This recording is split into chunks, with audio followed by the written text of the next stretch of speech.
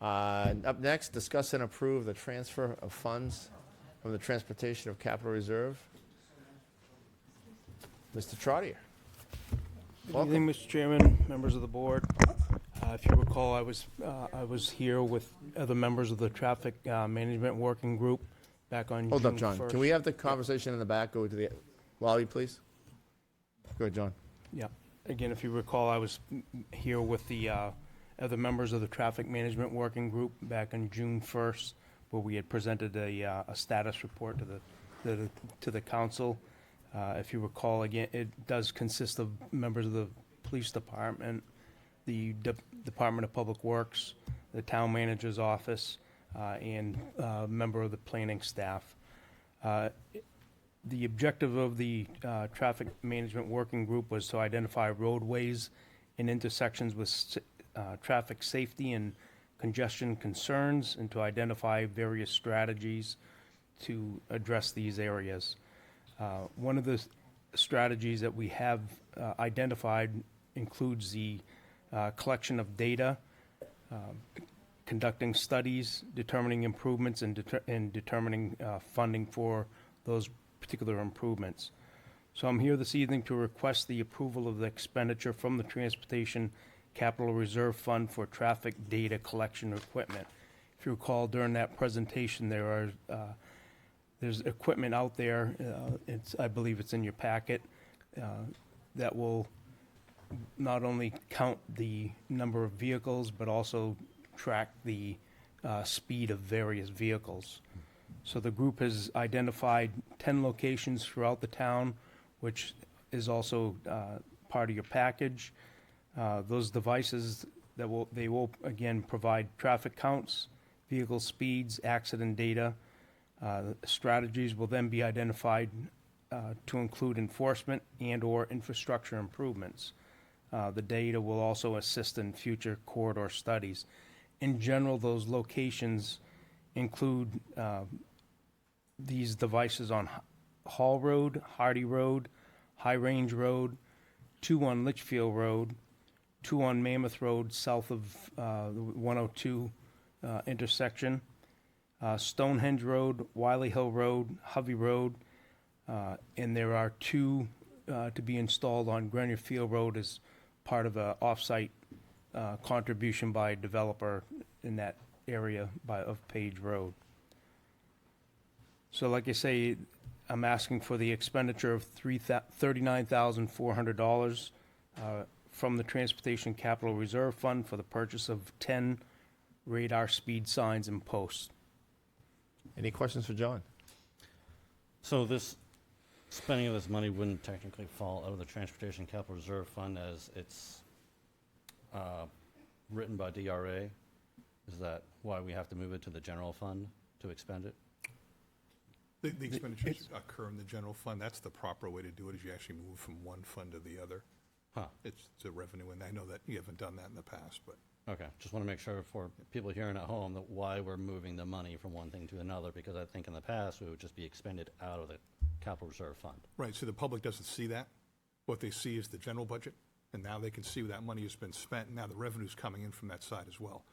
These special funds, people don't see those, and they have no way of knowing how their public funds are being spent. That's why you show it in the general fund, you move it to that location. Does that end up having the general fund budget bigger though, which by default makes the default budget bigger at the end of the?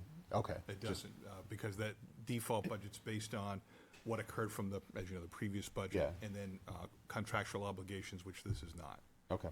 There's a number of things, grants that come in during the year, you accept those Yep. monies, unattended fund, you understand. Any further questions for John? John, can you go over the speed location signs and where you plan on putting them throughout town? Yeah, so again, we can start at the north end of town, up off of Grenier Field Road. That's in the vicinity of Merrill's Field.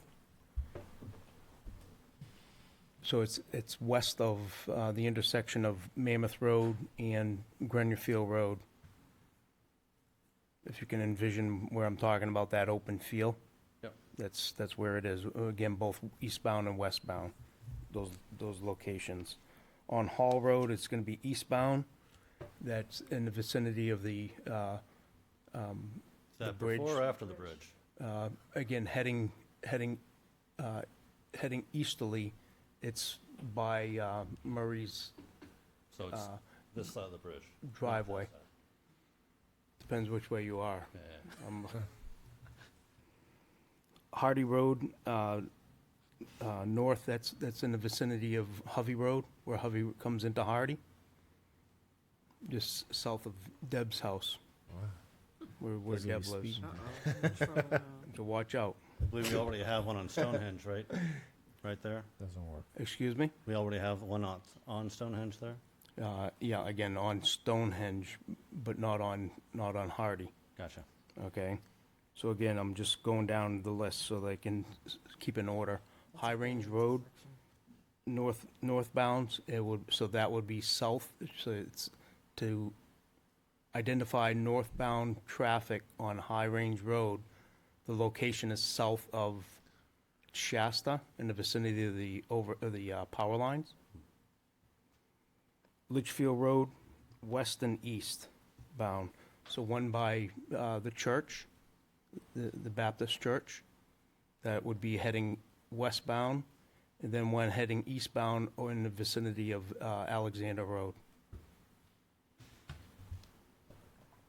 Mammoth Road North and Mammoth Road South, these, like I say, are both south of the 120, or excuse me, the 102 intersection. So one of them is by Wedgewood, and the other one is by the church on the east side of Mammoth Road. I'm not quite sure if it's a church still today. It was a daycare. Stonehenge Road heading east, that would be in the vicinity of McGregor's Cut, where one of those existing signs is, that's no longer operable. Wiley Hill Road, westerly direction, that's in the vicinity of Burlang Road, between Burlang and the overhead power lines.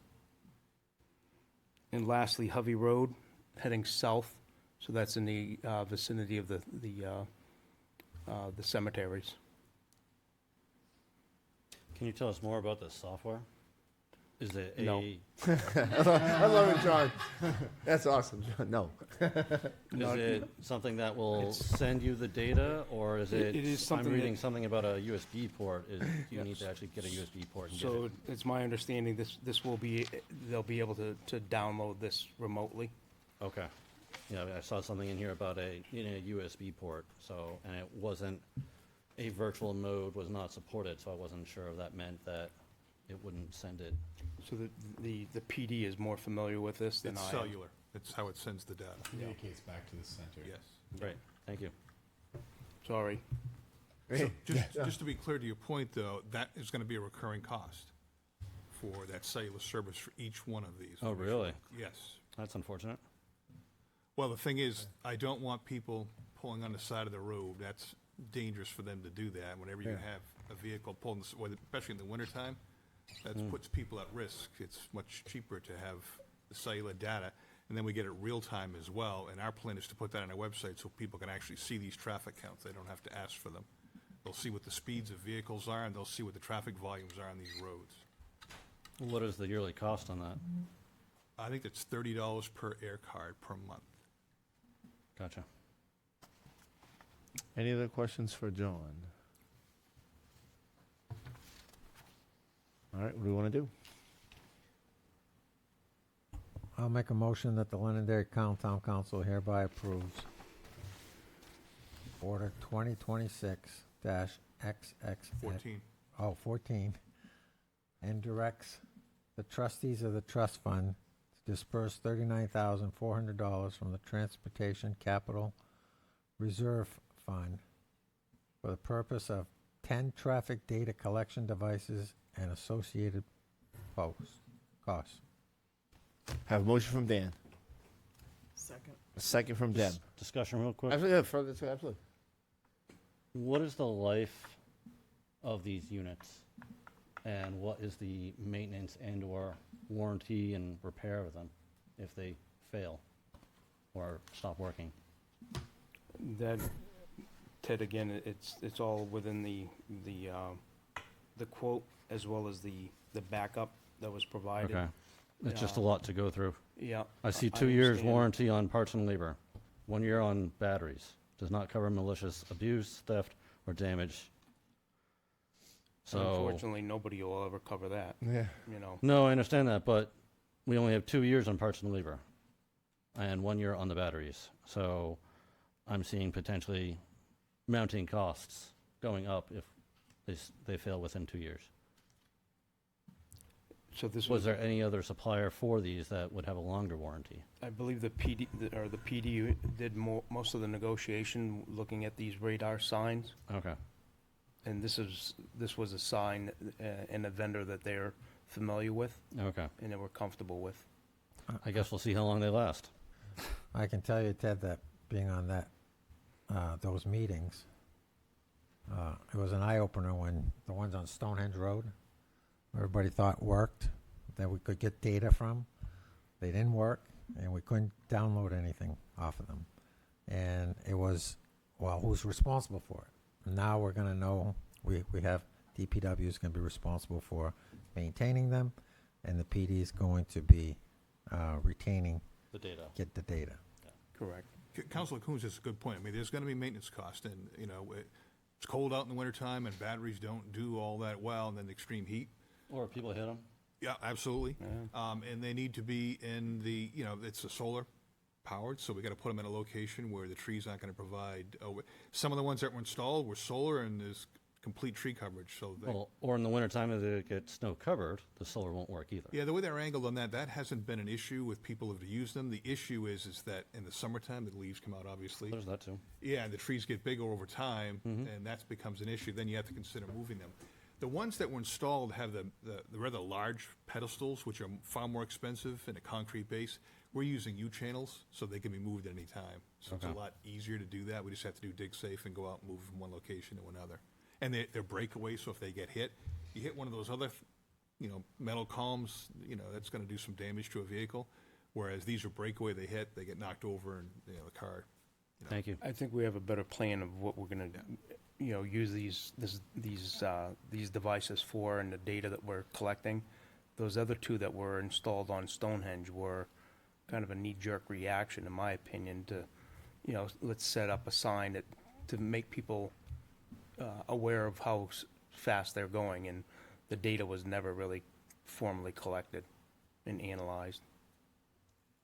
Any We're further? looking at 10 because there is a cost, to your point. I mean, maintaining these, and we've never done that before. So that's why we're limiting it to this number. We expect that there are going to be others, but I don't expect that taxpayers are going to pay for them. I expect developers to pay for them.